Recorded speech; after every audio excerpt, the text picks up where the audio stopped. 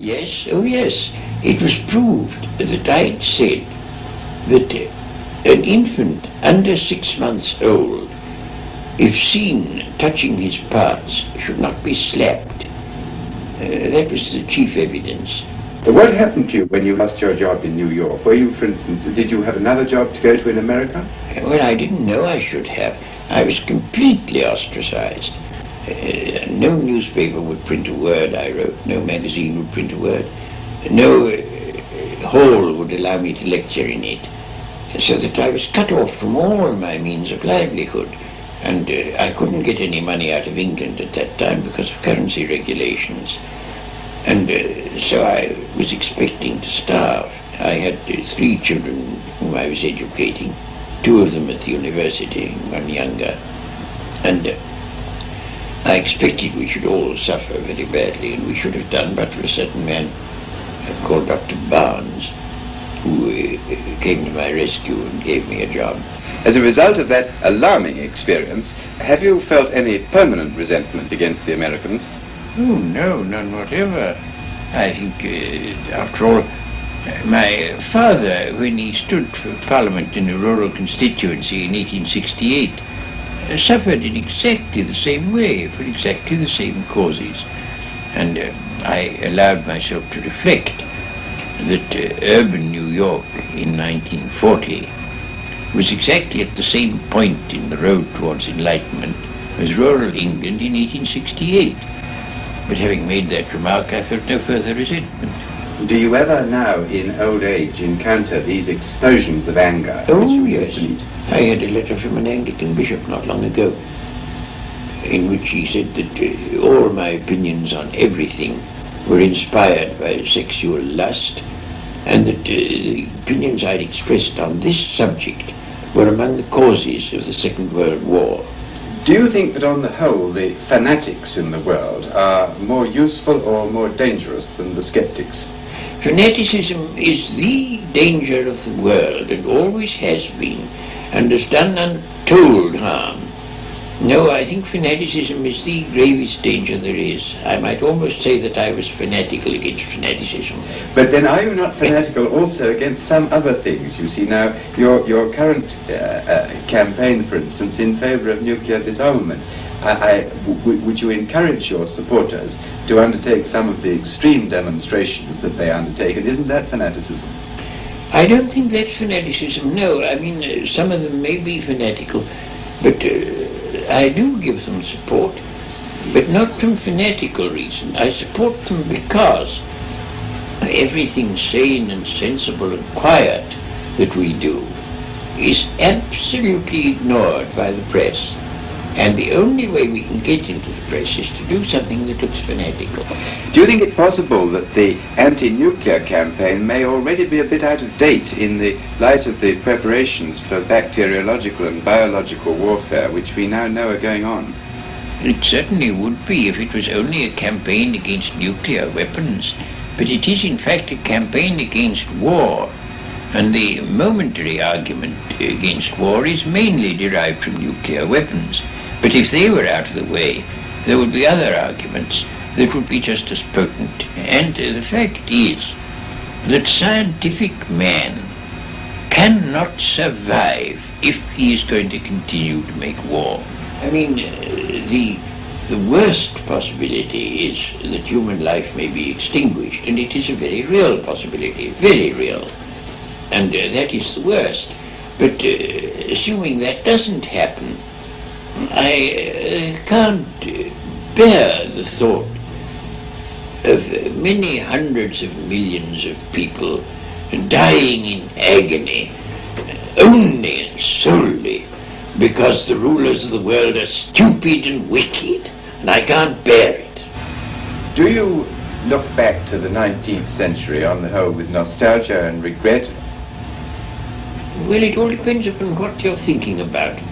The world was much more beautiful to look at than it is now. Every time I go back to a place that I knew long ago, I think, oh, how sad it is. This place used to be beautiful and now it's hideous. And one thing after another, one piece of beauty after another is destroyed. and that I do profoundly regret. But when it comes to ideas, well, there's immensely less humbug than there was, and that I rejoice in. Of the sort of conventional self-indulgences or vices like drink and tobacco and so on, which is your favourite one? Oh, tobacco. I smoke a pipe all day long except when I'm eating or sleeping. Hasn't that shortened your life? Well, they used to say it would when I first took to it, but I took to it some 70 years ago, so it doesn't seem to have had a very great effect so far. In fact, you know, on one occasion it saved my life. I was in an airplane, and a man was getting a seat for me, and I said, get me a seat in the smoking part, so if I can't smoke I shall die. And sure enough, there was an accident, a bad accident, and all the people in the non-smoking part of the plane were drowned.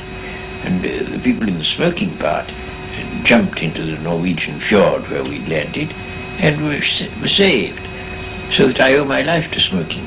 Did you have to swim to save your life? Oh yes, we all had to. And did you think great thoughts about death and survival when you were actually swimming? No, I was rung up by a journalist in Copenhagen, and he said, what did you think while you were swimming in the fjord? So I said, I thought the water was cold. And he said, did you not think about mysticism and logic? And I said, no, and rang off. Did all this happen a great many years ago? Not a great many, I think it was about 1949, as far as I can remember. When you were in your late 70s? Yes. Have you, in your 87th year, any unfulfilled ambitions? Oh, well, of course, there are all sorts of things I should like to have written and haven't written yet. I mean, almost every day I think of some new subject I should like to have written a book about, but there isn't time to write them all. Have you written an autobiography? I have, yes. Is it up to date? Well, no, not quite. Are you going to allow it to be published in your lifetime? No, not till I'm dead. Why? Well, in the first place, because it won't be complete until then.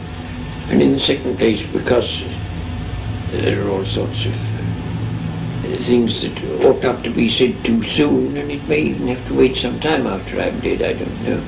One last question. Suppose, Lord Russell, this film were to be looked at by our descendants, like a Dead Sea Scroll in 1,000 years' time. What would you think it's worth telling that generation about the life you've lived and the lessons you've learned from it? I should like to say two things. One intellectual and one moral. The intellectual thing I should want to say to them is this. When you are studying any matter or considering any philosophy, ask yourself only what are the facts and what is the truth that the facts bear out. Never let yourself be diverted either by what you would wish to believe or by what you think would have beneficent social effects if it were believed. But look only and solely at what are the facts. That is the intellectual thing that I should wish to say. The moral thing I should wish to say to them is very simple. I should say, love is wise, hatred is foolish.